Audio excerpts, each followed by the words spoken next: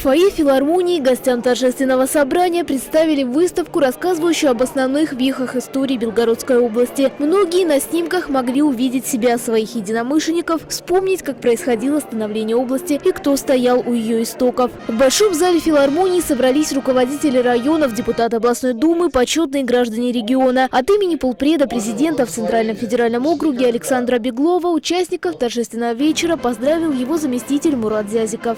Сегодня Белгородчина и руководство области – это, можно сказать, простая формула, то, что они делают. Это экономический динамизм, инвестиционная привлекательность и социальная ответственность. На торжественном вечере с докладом выступил губернатор области Евгений Савченко. Глава региона поименно отметил белгородцев, которые на протяжении многих лет вносили значительный вклад в развитие отраслей народного хозяйства.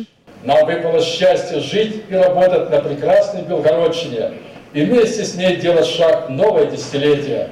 Верю у Святого Белогорья в светлое будущее. От всей души желаю всем жителям Белгородской области мира и благополучия, крепкого здоровья и новых ярких свершений на благо родной земли. С праздником, уважаемые белгородцы! С днем рождения области и Рождеством Христовым! Евгений Савченко вручил почетным гражданам области памятные знаки. У многих была возможность прямо из зала высказать свое отношение к родному краю. Все то, что было сделано старшим поколением, оно сегодня во многом раз увеличивается, улучшается.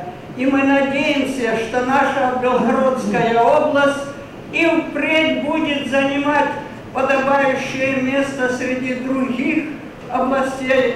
О важности отмечаемой даты сегодня говорил и член Совета Федерации Николай Рыжков. Я считаю, что область уникальная. Она уникальная только по своим месторождениям, по своим полям. Она уникальна народом. Только народ мог сделать то, что вы сделали за 60 лет. Спасибо.